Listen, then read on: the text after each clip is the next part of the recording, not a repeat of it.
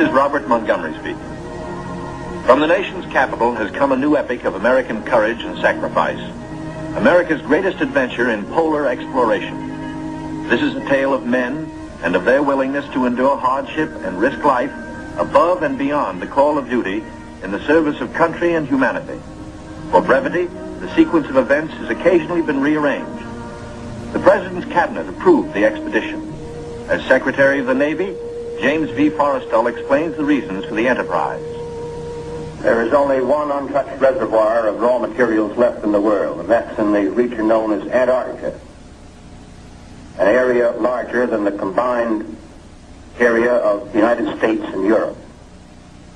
The American government is sending a naval expedition to that region. The purpose is to train our Navy in polar operations so that it may better perform its function of preserving the peace upon the seven seas of the world. Beyond that, the American government is seeking to do its share in the discovery and the release to the world of the unknown treasures of Antarctica in the interests of all mankind.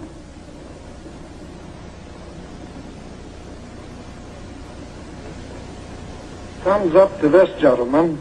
The Secretary has approved our plans, confirming you, Admiral Byrd, as the officer in charge of the expedition, and you, Admiral Cruzen, as the task force commander. And we get everything we need. That makes Operation High Jump the greatest polar expedition in history. Admiral, time is going to be our greatest handicap. By the time we get through this very difficult ice pack, the summer will have ended and the fall will have set in. Never before has anyone attempted to take a fleet of thin-skinned steel ships through 300 miles or more of crushing ice pack. I have great faith in your skill, courage, and determination. And now, gentlemen. Admiral Nimitz reviews the operations plan. The expedition will comprise 3 groups: a central land plane group to explore the interior from Little America, and 2 seaplane groups, the eastern to map that half of the continental shoreline, and the western to map the opposite coast of Antarctica. After the original orders have been issued, 3 months of planning are needed to organize the giant venture. This is Robert Taylor speaking. At the world's greatest naval base, Norfolk, Virginia, ships of the Central and Eastern groups are loading. The flagship, Mount Olympus, equipped with powerful radio and radar, will serve as the leader's voice of command.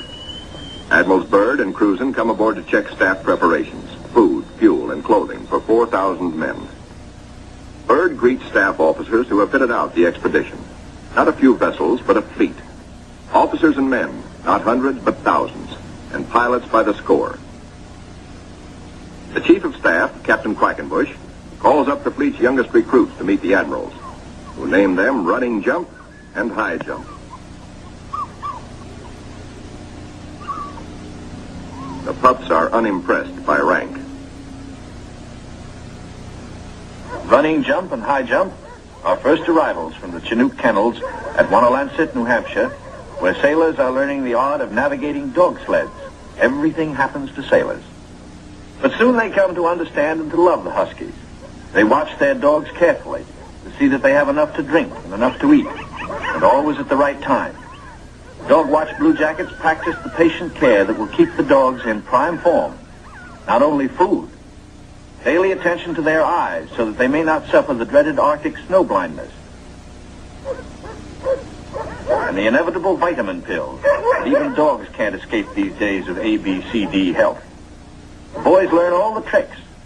Tickling of the throat and a pat on the nose gets the pills down. The dog sleds are the small boats of the Antarctic.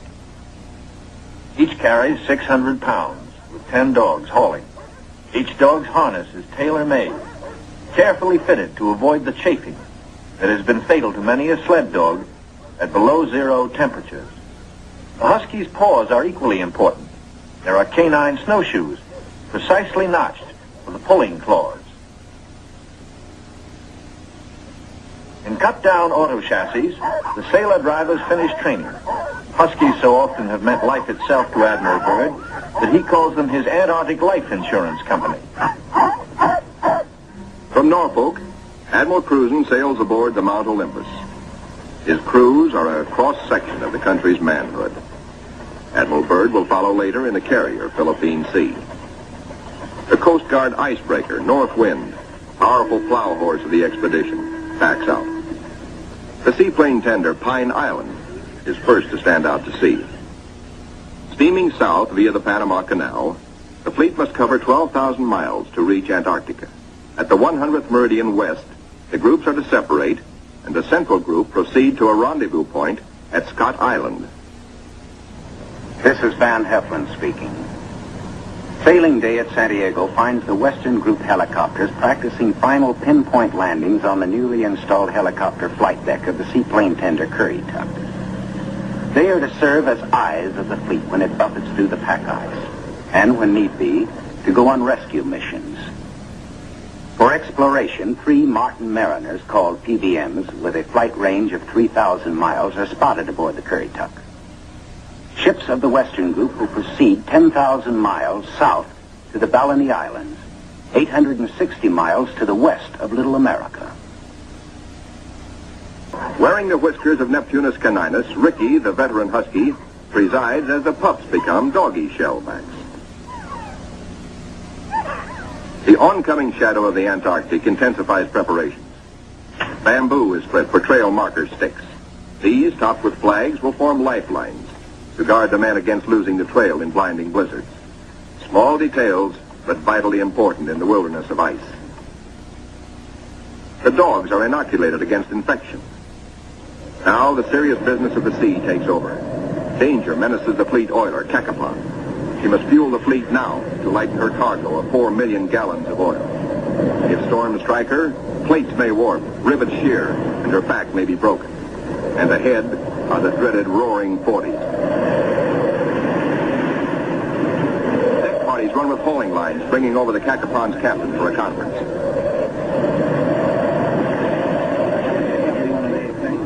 The ships are still on course, forging ahead. But the Cacapon's salty skipper smells storm coming. Few ships travel this lonely ocean, so there are no weather reports. We've got to finish this job fast, he roars, or we'll be caught in a stiff blow. And blow she does.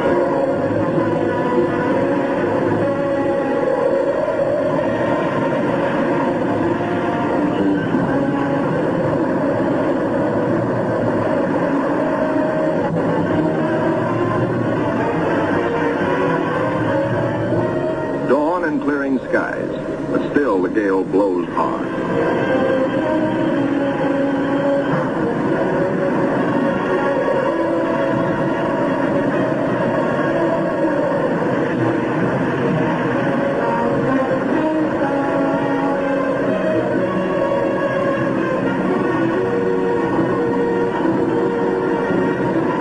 Aboard the seaplane tenders, rolling decks imperil the big. The flagship flashes word by radio to the carrier Philippine Sea. Base ready, weather suitable. On the carrier, 6 planes, triple-checked, are ready for their moment of destiny. Admiral Byrd has given the pilots a final briefing. Everything depends on split-second timing. Pilots, man your plane. No 3,000-foot runway here. Only a scant 300 feet. Jet propulsion is their reliance. Crewmen attach jet containers, 4 to a plane. These JATO bottles are packed with flaming power. In the critical 10 seconds at takeoff, they give the kick-up of 2 added engines.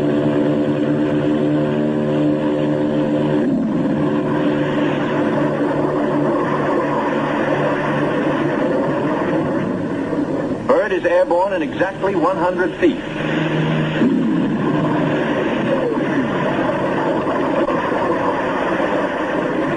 Admiral Byrd and his companion plane will try the 800-mile flight first. The others await his orders. At Little America, cameramen and Admiral Cruzen wait anxiously. And there comes Byrd. Cruzen can relax now. Skis work perfectly. The carefully calculated drag of the wheels serves only to shoot up a plume of snow. Byrd greets his son, Dickie Jr. first, here following Dad's footsteps. They watch plane number 2 come in safely. Byrd tells Cruzen, good to be home again. But Cruzen has urgent news. There's a terrific storm brewing, only 10 hours more of safe flying. Byrd radios the carrier, launch all planes as soon as possible. By midnight, the Philippine Sea has the remaining 4 planes ready. They must risk a takeoff in darkness before the terror of the storm strikes.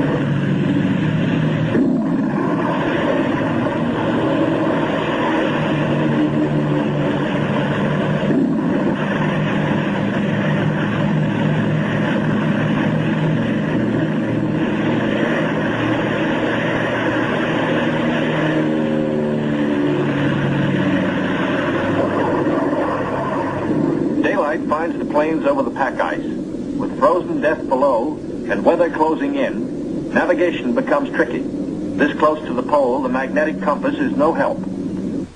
At the base, men scan the gray skies, looking, and finding only the blackness of the approaching storm, now visible to the east. If the planes don't make it within an hour, but in they come, one by one, to land in the last remnants of clear light. Each landing is the first on the ice for each pilot. These men are the first ever to fly big planes into the Antarctic. Or on previous expeditions, the planes were freighted in, assembled, and only then were they flown. These Navy and Marine Corps flyers have been bred on stormy going. Their long experience and, above all, the Navy's relentless training in all details brings them in, but with little time to spare. The blizzard hits, 100 miles an hour, scouring across the sastrugi. In storms such as this, many brave explorers have died.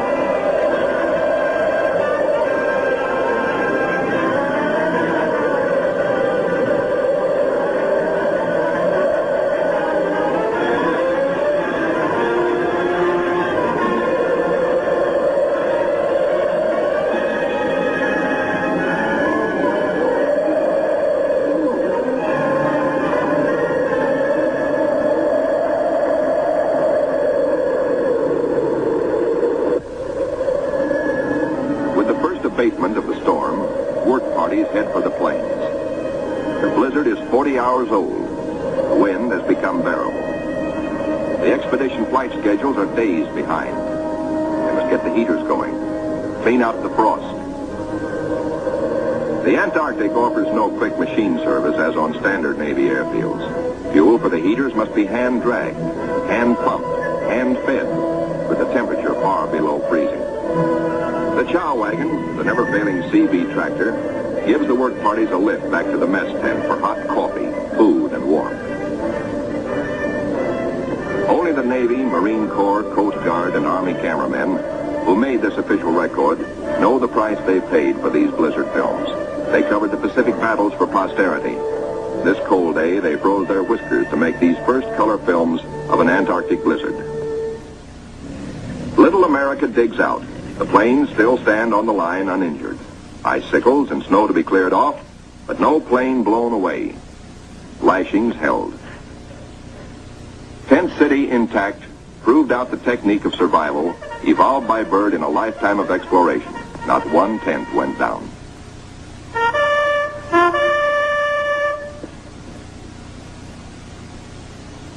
No matter how great the pressure of work, the flag must be raised with a ceremony which is its due.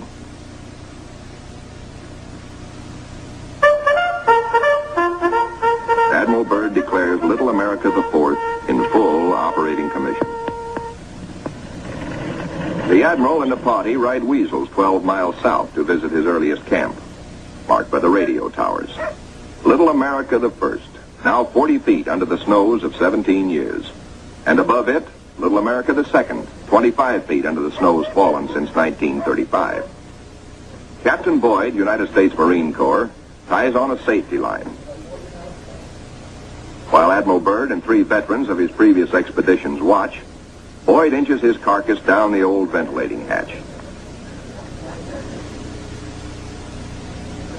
It stood 20 feet in the air when it was put up 12 years before. He pokes a stick up as a marker for the main hatch. Now all hands, the Admiral included, will have a chance to go look-see. Below, the old-timers find a lantern that lights at once. No manner of other gear. For here in Antarctica, there is no decay, no rust, no dust, not even germs. Fruits, vegetables, meats, all good after 17 years. Small wonder Byrd preaches that one day Antarctica may be the world's storehouse to keep the 7 years surplus for the 7 lean years. Byrd, bringing with him the old corn cob he'd forgotten in 1930, comes up last. He meets heavy going, but he makes it the hard way and seems to like it. Can men survive in freezing water? Men from Mars, members of a special underwater demolition team, wear the new cold water rubber survival suit.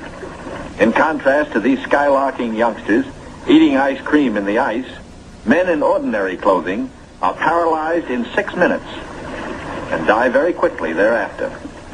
Yet these sailors, wearing only underwear beneath their survival suits, stay in half an hour and come up chipper and warm. On the sunny afterdeck of the Mount Olympus, the expedition's prize penguin catch, the big emperors, are living the life of penguin Rileys. They grow 4 feet tall, weigh up to 80 pounds, and are the only creatures who live throughout the year on Antarctica. Eons ago, they flew. In time, their wings evolved into swimming fins. Their deep feathers are the warmest known. Their feet, thick leather-like pads. On these, they lay their single egg and tuck it up within the body feathers for warmth, to hatch it. In captivity, they must have their vitamins. Keeping them alive for the return voyage is quite a problem, for their bloodstreams have no germ resistance. Their necks are ball-bearing. Strangely enough, the smaller captive penguins prefer their fish fillets. They won't eat live fish out of a pail. The rockhopper penguins are the clowns of the Antarctic. 20 inches high, cocky yellow eyebrows, sassy, and forever hungry. As the men find out, they'll eat their weight in fish every 3 days. The gathering of scientific data ranks high in expedition plans. Admiral Byrd says goodbye and good luck to an over-ice expedition which is to probe deep into the Rockefeller Mountains, 300 miles southeast. 2 LVTs hauling supply sledges strike out into the white darkness, their mileage checked by bicycle wheel counters astern.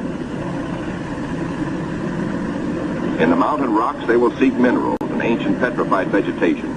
Hourly, they will record important aerological data. But exploration by plane has priority 1. 1.5 million square miles are to be explored and mapped, and the oncoming winter soon will end flying weather. The wheels come off.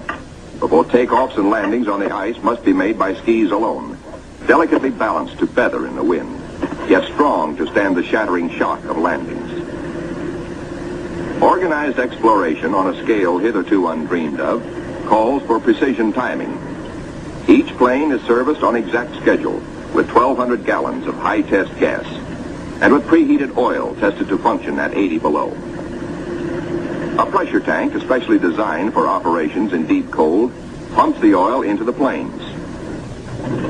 Daily flights begin. Each plane has a definite sector to explore, a definite timetable, a definite radio report schedule. While the weather holds, flights operate around the clock. For emergencies, the LVTs cache provisions and fuel at the limit of their range. To aviators forced down, to rescue planes sent out to bring them in, these cairns may offer the one hope and may mean ultimate survival. 1,200 miles to the east, the Eastern Group vessels and planes are exploring the mysterious Phantom Coast. Aboard the destroyer Bronson, the commander of the Eastern Group, Captain George Dufek, makes an exploration voyage. He sails close in to Mount Erebus, 14,000 feet above the sea. It is the only known active volcano near the South Pole. Captain Dufek, his mission accomplished, returns to rendezvous with the seaplane tender Pine Island. Personnel transfers to the destroyer must be made by breeches buoy because of rough seas. This officer would probably prefer a boat. The deep roll in the destroyer's outward flaring bow force the handling crew to wait for the exact moment to haul inboard, lest the man be dashed against the ship's side and killed. It is Captain Dufek's turn next. The line is set higher. The seas run stronger. The ships row dangerously apart. The line slacks, then snaps taut, and breaks. A 50-foot plunge downward. Dufek disappears. Away, lifeboat! Men jump to stations. Lower away. Hurry, hurry. 8 minutes in this icy water means death. Speed is the only hope. Boat sheers clear. Heads out fast to the rescue. Captain Dufek reappears. He has managed to inflate his life jacket.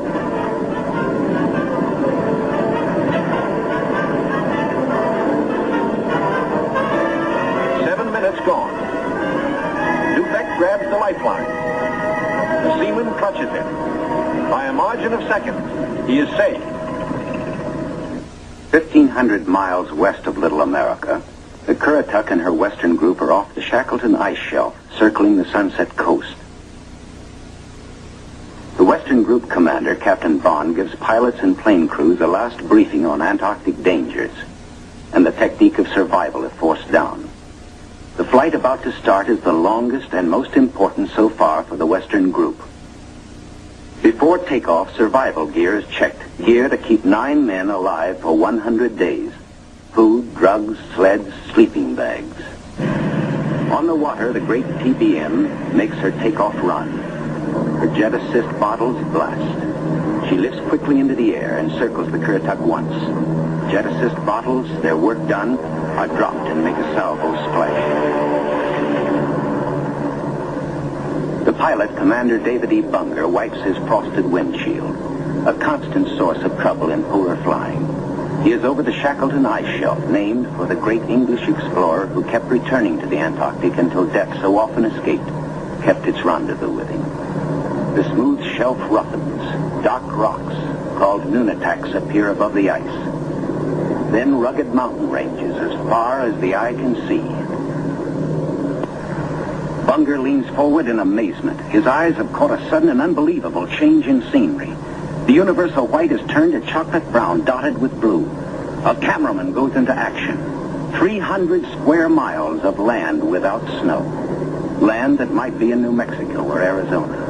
Pictures alone will prove Bunger has discovered a warm oasis in the shadow of the pole.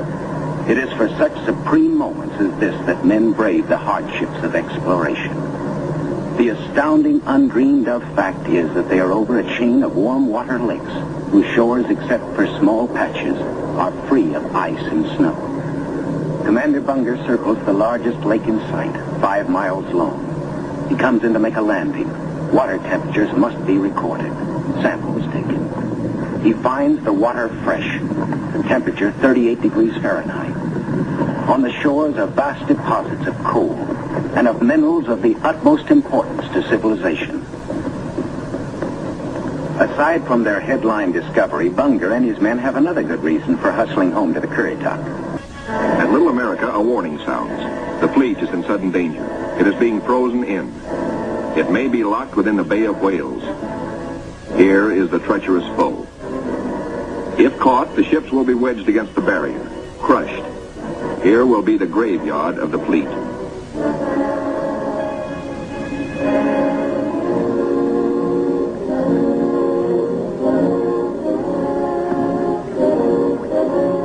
The Coast Guard icebreaker Northwind goes into action, ramming, backing, ramming again to break up the crushing floes. Landing craft work frantically to loosen the ice around the ships so propellers may turn without shearing off. One by one, the ships are cleared, get underway. Byrd remains behind with 197 volunteers in grave problems. His most important exploration flights will now lack the powerful directional radio to Mount Olympus. To get his men out, he must hope the icebreaker can crash her way back in time. Otherwise, he and his men will be frozen in for the 9 sunless months of the dark, treacherous Antarctic winter. Marooned, Admiral Byrd and his staff plan the big flight to the South Pole and far beyond. This is the culmination, the last mass flight.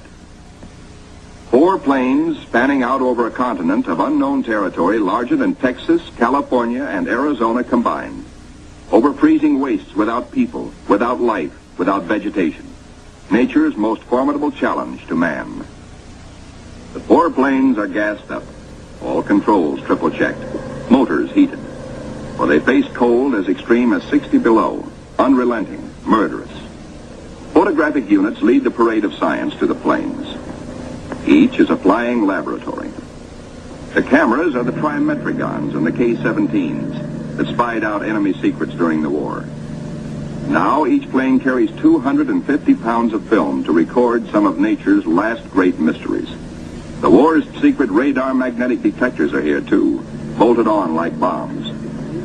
In war, their electronic impulses spotted minefields buried deep under the surface. Now they will read far below the ice, detect and identify minerals, coal, iron, precious ores. Byrd gets the words, "Ready, sir." He boards the leading plane, gives the command, "Take off." Crews hasten to rock the ships and thus free the skis frozen to the ice.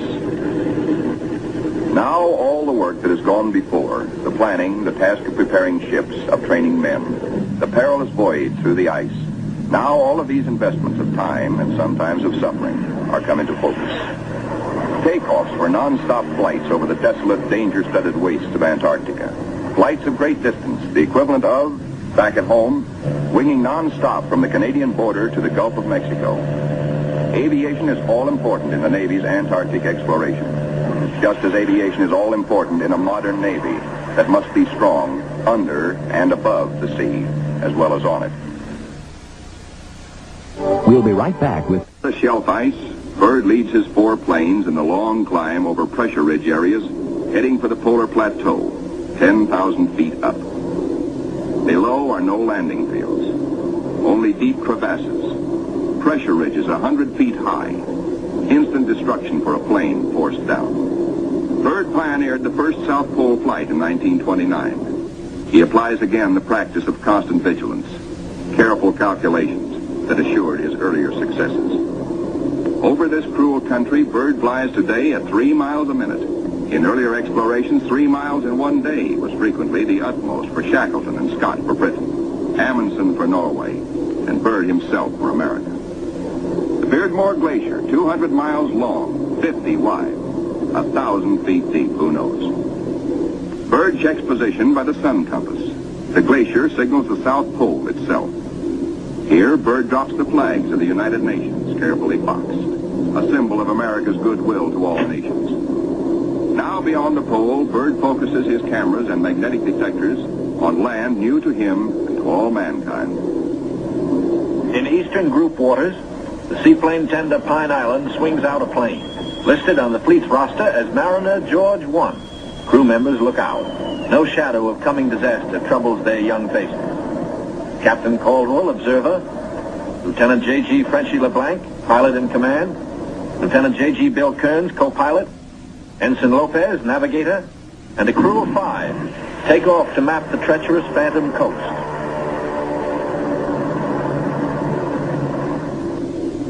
Byrd's planes, deep into the unknown, are the eyes of civilization, recording, evaluating, mapping. Plateaus, mountain ranges with peaks 20,000 feet above sea level. The trimetricon lenses, clicking overlapping exposures every 3 seconds, photograph from horizon to horizon. Coal, a mountain of coal. Byrd later declares Antarctic mines, if once tapped, could supply the world's coal needs for centuries. These official motion pictures can give only a cross-section of the miles of photographic records accumulated on this expedition by the Navy. The exposed mapping film will take 5 years to assemble. Amplifying these are the radar magnetic detectors, accurately recording mineral discoveries of immense value for the future use of all mankind. England, Norway, South Africa, Australia, New Zealand, South American countries, and Soviet Russia are claiming Antarctic territory. The United States recognizes no claim, and so far has made no formal claims for itself. But international policies cannot concern the Admiral now. His duty is to keep his flying laboratories functioning, to fulfill his dream of a lifetime. The word "gas half gone, sir," comes from the engineer tabulating fuel tank readings. Bird radios his pilots, return to base. By the third leg of their triangular course, the planes head back for Little America. Bird's plane takes the widest swing fuel permits as the lenses of the Trimets continue recording new territory. This is the last big flight. Bird is determined to record the maximum possible. One by one, the planes swing in over Tent City.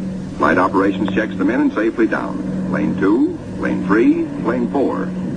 But not plane 1. Bird's plane is yet to be accounted for. Bird is missing. Out over the ice, Bird is in trouble. His starboard engine is cutting out, now stops. His one remaining engine is losing power. The altimeter needle starts dropping down. The plane is losing altitude.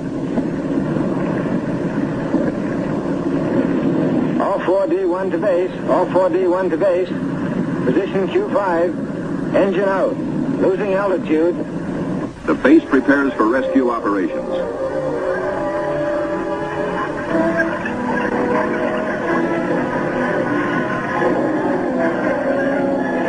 Handicapped by the partial power of one engine, the plane is in jeopardy. Down she drops. The needle drops from 3,000 feet downward, threatening peaks around. A further drop might mean a crash. Only one hope: reduce the load, lighten her at once. Maybe that way, maybe if enough weight goes, maybe she will hold. Already the mountains are above. She is deep in the valley, deep in the shadow of disaster. The needle drops downward from 1,700 feet. Jettison all gear.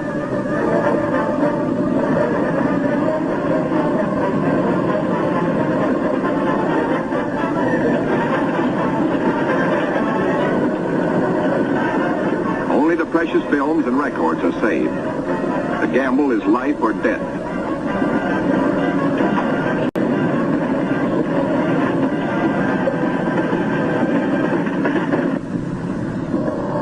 The altimeter levels off at around 900 feet. Slowly she starts to climb. She is gaining altitude. Pilot signals 4-0. 3 hours later at the base, the crippled plane comes into sight. Men peer closely, tense, hushed, as they see the starboard prop dead. The one-engine landing is tricky at best. With skis, on ice, hold your fingers crossed for the pilot.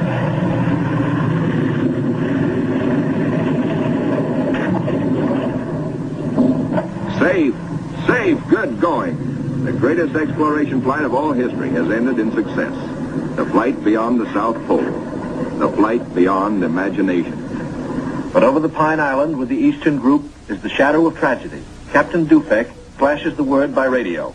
To Eastern Task Group. From Task Group Commander, Mariner George 1 overdue. This group commence standard search and rescue operations immediately. Grim men with grave news from Captain Dufek. No time now for jubilation over his own escape. No mood for rejoicing. Bird knows better than any man the tragic import of the message. In the freezing danger of the Antarctic, seconds are hours. Minutes are days. Every resource of the expedition must be mobilized instantly. All planes must take the air. All men stand alert for emergency duty. Over the ice pack, above the open sea, across the barrier. Mariner George 1 is down with men. No radio signals coming through. That means a crash. Search.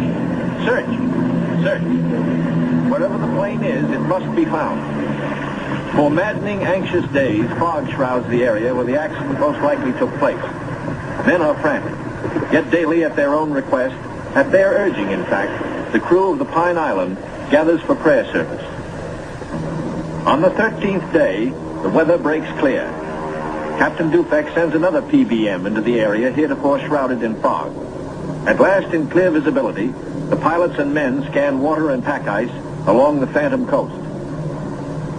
Wherever they are, the 9 men of the George 1 have been lost almost 2 weeks.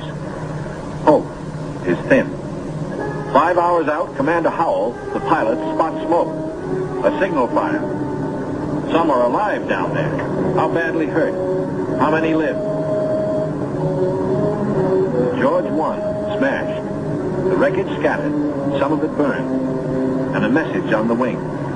Lopez, Henderson, Williams, dead. No seaplane can land on the ice. Can the survivors reach open water? Howell must drop a message. We'll land Barrier's Edge 10 miles north. We'll drop flags to mark trail. If you can walk it, form circle. If not, form line. Howell knows the gravity of the decision Captain Caldwell must reach. But if the men can walk, a day may be saved. A precious day for the injured. Howell flashes the news. Captain Dufek gets the word and gives it to the Pine Island by loudspeaker. Attention all hands. This is the task group commander speaking. Mariner George 1 has been sighted. Rescue operations are in progress. Howell circles his PBM over the wreckage. He watches for his answer. The huddle of men breaks apart. They've reached a decision. It's a circle. They'll try the 10-mile trek to board the PBM at the water's edge. Howell's crew have the relief gear ready now for the men below. Cargo chutes float the heavy packages down. First aid boxes, rations, skis, blankets. For men hungry, cold, hurt, and losing hope. The chutes are as lovely as shining stars. Symbols of life restored, of return to families who've been waiting and praying. Now to mark the trail. The PBM's crew have hundreds of flags, each weighted to land and stay upright. If fog should again close in on this desolate coast, there must be no second disaster, no wandering from the road to rescue. The survivors follow the trail markers. 5 able to walk, 1 on a sled, 10 miles to go. These men are marching out of the shadow of death into the sunshine of life. Aboard the rescue plane, ready to leave the barrier edge, the survivors, 6 thankful men, jerk out their story in bits and flashes. How Henderson, Lopez, and Williams died in the crash and explosion when they smashed up in milk bowl visibility. How they found scattered cans of food, a stove, and fuel to keep it going, and 1 tube of sulfur tablets, just enough to keep Frenchy LeBlanc, their gravely injured pilot, barely alive. Proudly they tell how Captain Caldwell consulted them all in dividing their little food, how he kept watch, inspired their faith, and how they prayed as men always do when there is no other hope but prayer. Bill Kearns, co-pilot, grins hello. First off is Frenchy LeBlanc. Corpsmen carry him tenderly in a Stoke stretcher. Moore and Robbins pulled him out of the blazing nose of the plane, but his back, hands, and face suffered third-degree burns, and in the Gethsemane of waiting for rescue, both legs were frozen to the knees.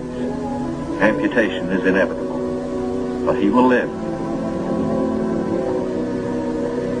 The ship's company of the Pine Island greets their skipper, Captain Caldwell, observer on the flight.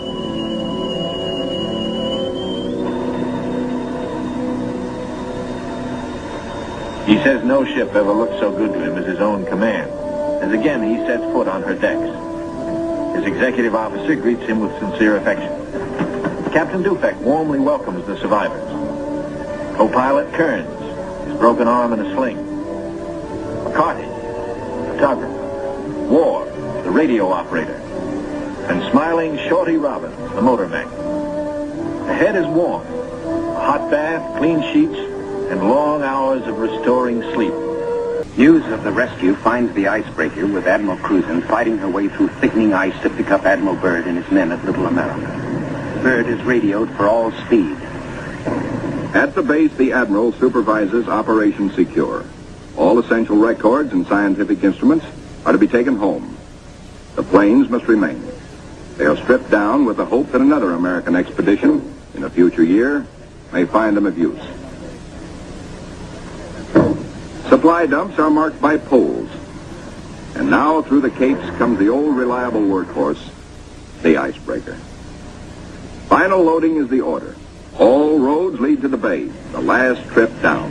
The last long trek through the snow for the big Go Devil sledges, loaded with men and equipment. The excitement that always comes with sailing infects all hands, including the dogs. They sniff something important is in the wind. With normal quarters for 75, the icebreaker must jam aboard the additional 197 men of the base body until, after the voyage north, she can transfer personnel to the big ships awaiting her at Scott Island. Byrd is among the last aboard. He can now report to Admiral Nimitz, Operation High Jump completed. Our men have achieved accomplishments unparalleled in the history of discovery. Our central group has flown far beyond the South Pole, mapped 1/3 million square miles never before seen by man. Our eastern group mapped 3,000 miles of phantom coast and charted 40,000 square miles of coastal ocean areas hitherto unknown.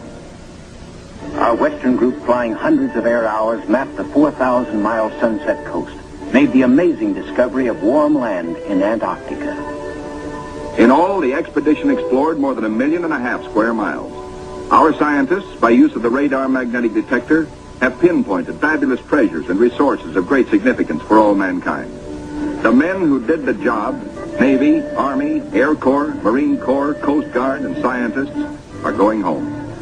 Tired men, they're going home to their mothers, sweethearts, wives, children. Home, strong in the knowledge that they have met the Antarctic Battalion and conquered it. Well done.